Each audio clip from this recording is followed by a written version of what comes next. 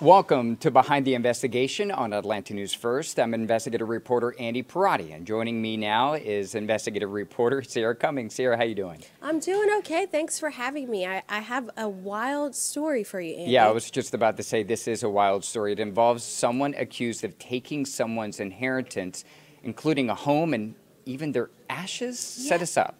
It's so interesting. I feel like I learned so much about property fraud as I get more tips from viewers at homes that say, hey, like, I want you to look into my case. I filed this lawsuit. You might be interested. And this is kind of what happened in this situation. You know, Andy, I've been working on a series called Misdeeds or Stolen Homes for the better part of the last year, where we're looking at allegations of property fraud.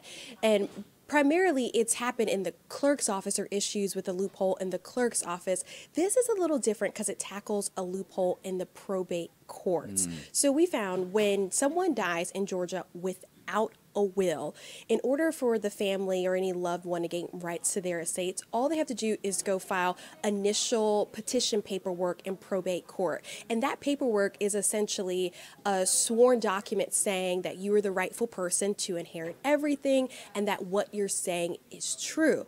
But we found out this is what could happen if that process is exploited.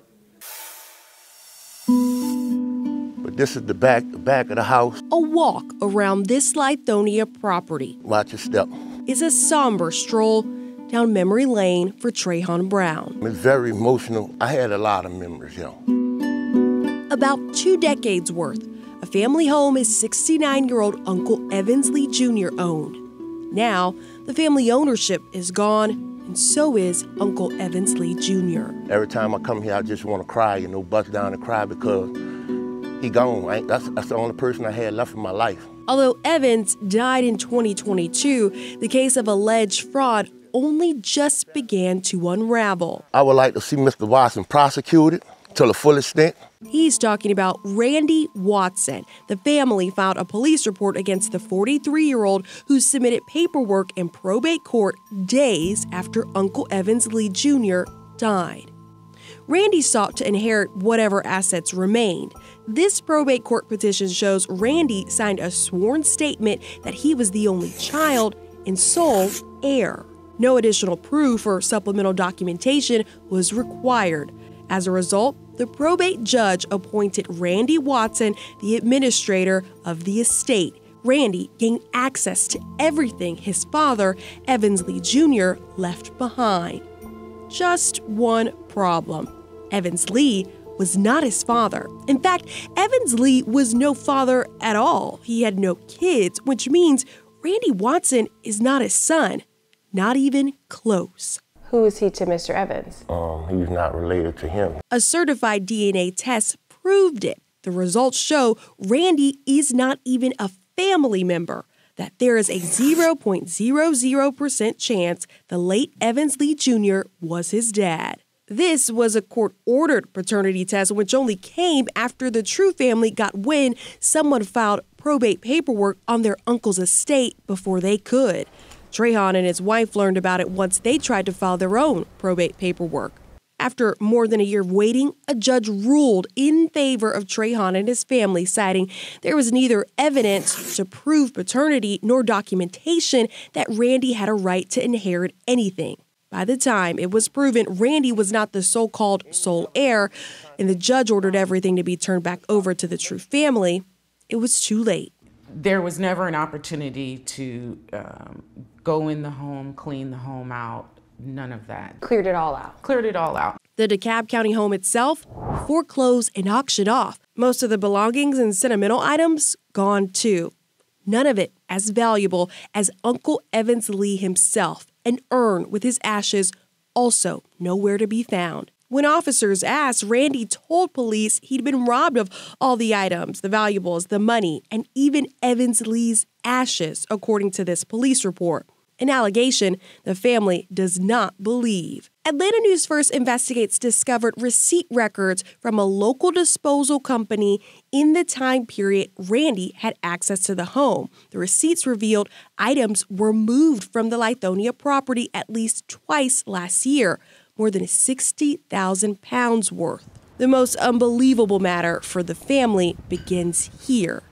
Trahan maintains his uncle was adamantly against cremation, that he wanted to be buried alongside his wife. But he was cremated.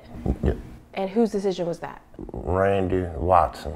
It goes back to this funeral home, F.L. Sims. The owner confirmed to Atlanta News First Investigates Randy Watson identified himself as the son and told the business to cremate Evans Lee Jr.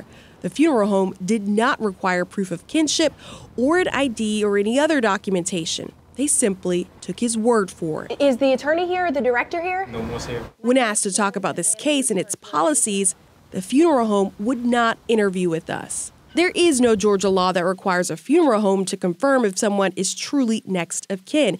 And because Evans Lee died while in hospice, the funeral home was tasked with completing the death certificate. Based on the information they say Randy provided to them, they filled in the death certificate, a document now riddled with false information. Decedent's son, Randy. Wrong. Again, Evans Jr. had no children. Decedent's birthplace, Nebraska. Wrong. Evans Jr. was a Louisiana native. Decedent's father's name, unknown. Wrong. Evans Lee was a junior, meaning his father shared the same name. Because ain't nowhere in the world you could just let anybody come in your establishment and say, hey, I am the next of kin, without even checking their background and seeing if it's true. Probate attorney James Clifton.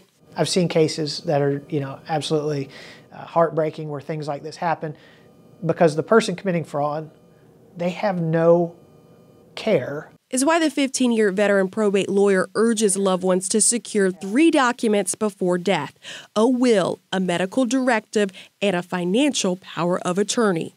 Since Evans Lee had no will, Clifton notes exploiting the probate process was easier. It feels like it's too little too late. Right. It's unfortunate because that is oftentimes the result, is that the bad actor receives the funds, by selling the property or whatever, and then it's gone. They spend it. He argues cases like these, criminal infractions, if it can be proven, should be criminally prosecuted. And it's hard even being on the property right now, just looking at it. Evans Lee Jr. worked in construction, fixing homes, fixing problems for others. His family hopes to fix this for him. Uncle Lee was a good man. He did a lot of things for a lot of people. Lots of people. Sarah, this is wild. Since this story has been published, as of this recording, more than 100,000 views. What's been the response so far? And that's just on our YouTube channel. Yeah. Obviously, it's just a cautionary tale in many respects. You heard in that story the lawyer advocating that all adults, this is not whether you're young or you're old, if you are an adult, he advocates having 3 things: a will, a medical directive, and a financial power of attorney. And as you notice in this story, Evans Lee Jr. did not have a will, and that attorney is saying it was easier to exploit that probate process because there was no documentation saying here's what should be done with my assets that I'm leaving behind. So, I mean, a lot of people, I read a comment on one of our stories, like, as soon as I logged off, I went to go file a will online. And so if there's nothing else to take away from this, making sure you have your documentation in order. Yeah, exactly. One of the things that I was thinking when I was watching your story, I was curious to see how close Mr. Brown was to his family. Like, were they even trying to set up a funeral simultaneously while the other gentleman, Randy, was submitting paperwork to try to take the inheritance? Yeah. Like, I was curious to see how close they were. They described themselves as very close. He was always at their house. He was over at their house. Unfortunately, he was dying from natural causes. So I think they do regret maybe not having a conversation with him about his will. He gave the nephew the financial power of attorney, thinking maybe that might be enough, but it clearly wasn't enough in this case. They were very close.